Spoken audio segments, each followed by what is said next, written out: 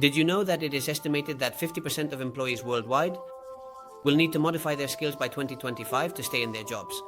The world is changing and new things are needed, so that's what we're going to talk about today. On this channel, I have mainly talked to you about employability. That is, how you can improve your chances of finding a job or changing the one you already have. And for that, we have talked about how you can make a resume, how you can answer job interview questions, and many other things. By the way, I have left some videos in the description for you to check out when you finish this one. And we will continue talking about this because there are still a lot of things to discuss. But there is something very important that we haven't paid much attention to: the skills needed to work. When you create your resume and attend a job interview, it is very important to have what the company is looking for key. For example, if they require 3 years of experience, it is important that you have worked for about 3 years. Or if they require you to be a graduate in economics, it is important that you have this degree. These are hard skills and are assumed when you apply for the job. That is to say, 100% of the people applying for the position have them. And if not, they should have them to pass the filters. But what is truly important, aside from this, is that you have something that sets you apart from the rest of the candidates. It is what will determine whether they choose you or someone else. And today, in this video, we are going to talk precisely about this, about soft skills. These are the skills that you are not taught in school or while working, but they are the key to keeping your employability at its peak and landing the positions you are looking for. Let's go.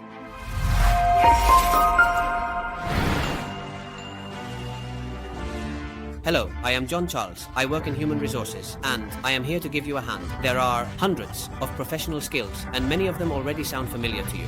Teamwork, leadership, stress management, communication, blah blah blah blah. And surely you are tempted to put them on your resume. And understand me well, I'm not saying it's wrong. I'm just saying that almost all candidates do it.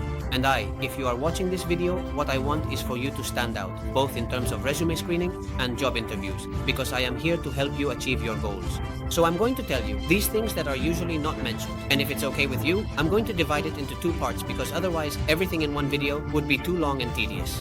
Here is the second part. I have chosen a few skills for this list and taken them from the World Economic Forum. But I will adapt it so you can understand, and I will add some personal notes. Let's start with the first one: analytical thinking. This is a competency that is normally associated with people who are involved in data analysis, such as an accounting position. This is a mistake. Obviously, an accountant needs analytical ability, but it is one of the most important skills for any job. Analytical thinking is the ability you have to investigate and organize your thoughts with precision, clarity, and effectiveness. And it is the foundation of any conflict resolution. It's curious how many candidates showcase their conflict resolution skills in their resumes and interviews, but very few talk about their analytical skills, which are the prerequisite for resolving any conflict. So yes, it is one of the most important skills you can have. We continue with creativity and innovation. I'm cheating a little because creativity and innovation are really 2 distinct skills, but they are very related, so I would like to explain them to you together. Creativity is the ability to create something, and it is very important because it is the basis of many improvement proposals in the company that allow cost savings or the application of new procedures so that companies can have greater benefits. Okay, and now I'm going to tell you what innovation is. Innovation is the ability to apply new concepts, products, services, or practices in your work in a way that hasn't been done before to achieve something. That is, you are not creating something because that is done by a creative person, but you are applying that something in a way that new benefits are obtained. You can see creativity and innovation are linked. One creates, the other applies. Knowing this, it is very important that you have both capabilities, or at least one of them, always, within your repertoire, because these 2 capabilities are related to productivity and efficiency.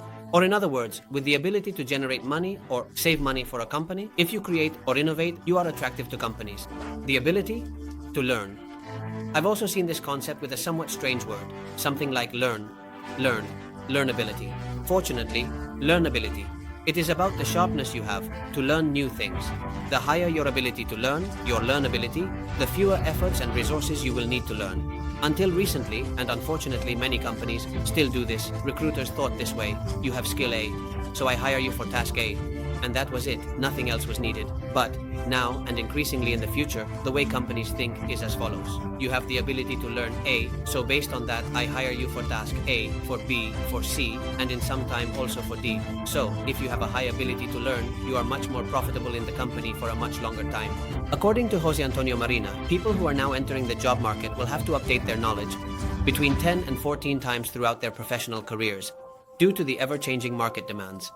So imagine how important this ability is for companies in the long term. Yes, there are many companies that don't think this way, but I'm not talking about those kinds of companies. I'm talking about the ones you want to work for, the good ones, the ones that care about doing things right. Complex problem solving, conflicts, arise both voluntarily and involuntarily, continuously. And if these conflicts are not resolved quickly and effectively, companies lose money. Therefore, the ability to resolve conflicts is extremely important for them. But in the current environment, we are no longer just talking about problems. We are talking about complex problems. Because the reality we have now is much more complicated than it was 40 years ago. We have the internet, infinite sources of information, ways to communicate instantly in our pockets, and countless facilitators. But this makes the complexity of problems increasingly greater. That is why the ability to solve increasingly complex problems is highly valued by companies and is one of the competencies you should always include in your discourse. Critical thinking. Personally, I love this skill. Critical thinking is the process by which you use what you already know to arrive at the best attitude or stance regarding a topic. What does this imply? It means that you should be able to identify and avoid cognitive and social biases. You should be able to argue, evaluate the veracity of information sources, and therefore assess your own arguments and those of others. In other words, thanks to having good critical thinking, you are much more logical and reasonable. You are much more capable of finding solutions. And believe me, we all want people like that by our side. Initiative. The definition of initiative is very simple. It is the ability to start or to initiate something. Companies are tired of reactive profiles, those who are just there waiting to be told what to do. People who don't contribute anything, who are only dedicated to executing. Don't get me wrong, this is important. We all need to know how to do what we have to do. But this should never take precedence over our ability to initiate or the ability to take the initiative, which is the same. Courage and the ability to make mistakes are very important. They allow companies and teams to move forward in the same direction. And this skill is always important, both for a novice profile, someone who is just starting to work, and for a veteran profile. But it should always be combined with the skills I've been talking about throughout the video. This way, it will be truly effective, and you won't become a scatterbrain who doesn't know exactly where to go. It is important that we are very moderate and always go in a very logical direction, but without fear. And we are going to finish this list with flexibility 2009. Flexibility is closely related to adaptability.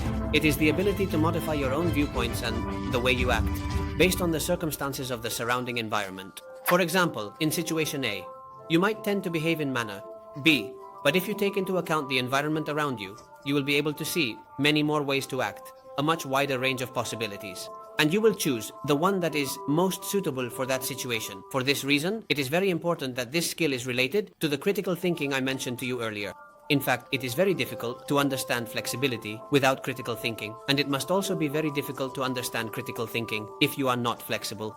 And that's the list of skills that I consider very important for you to work. There are many more, and as I mentioned, I will make another video about them. Or maybe this will turn into a series if it receives enough support. Let me know in the comments what you think. If you would like me to talk more about this and share the video with people who might find it interesting. That's all. Good luck with your job search, and see you in the next video. Goodbye.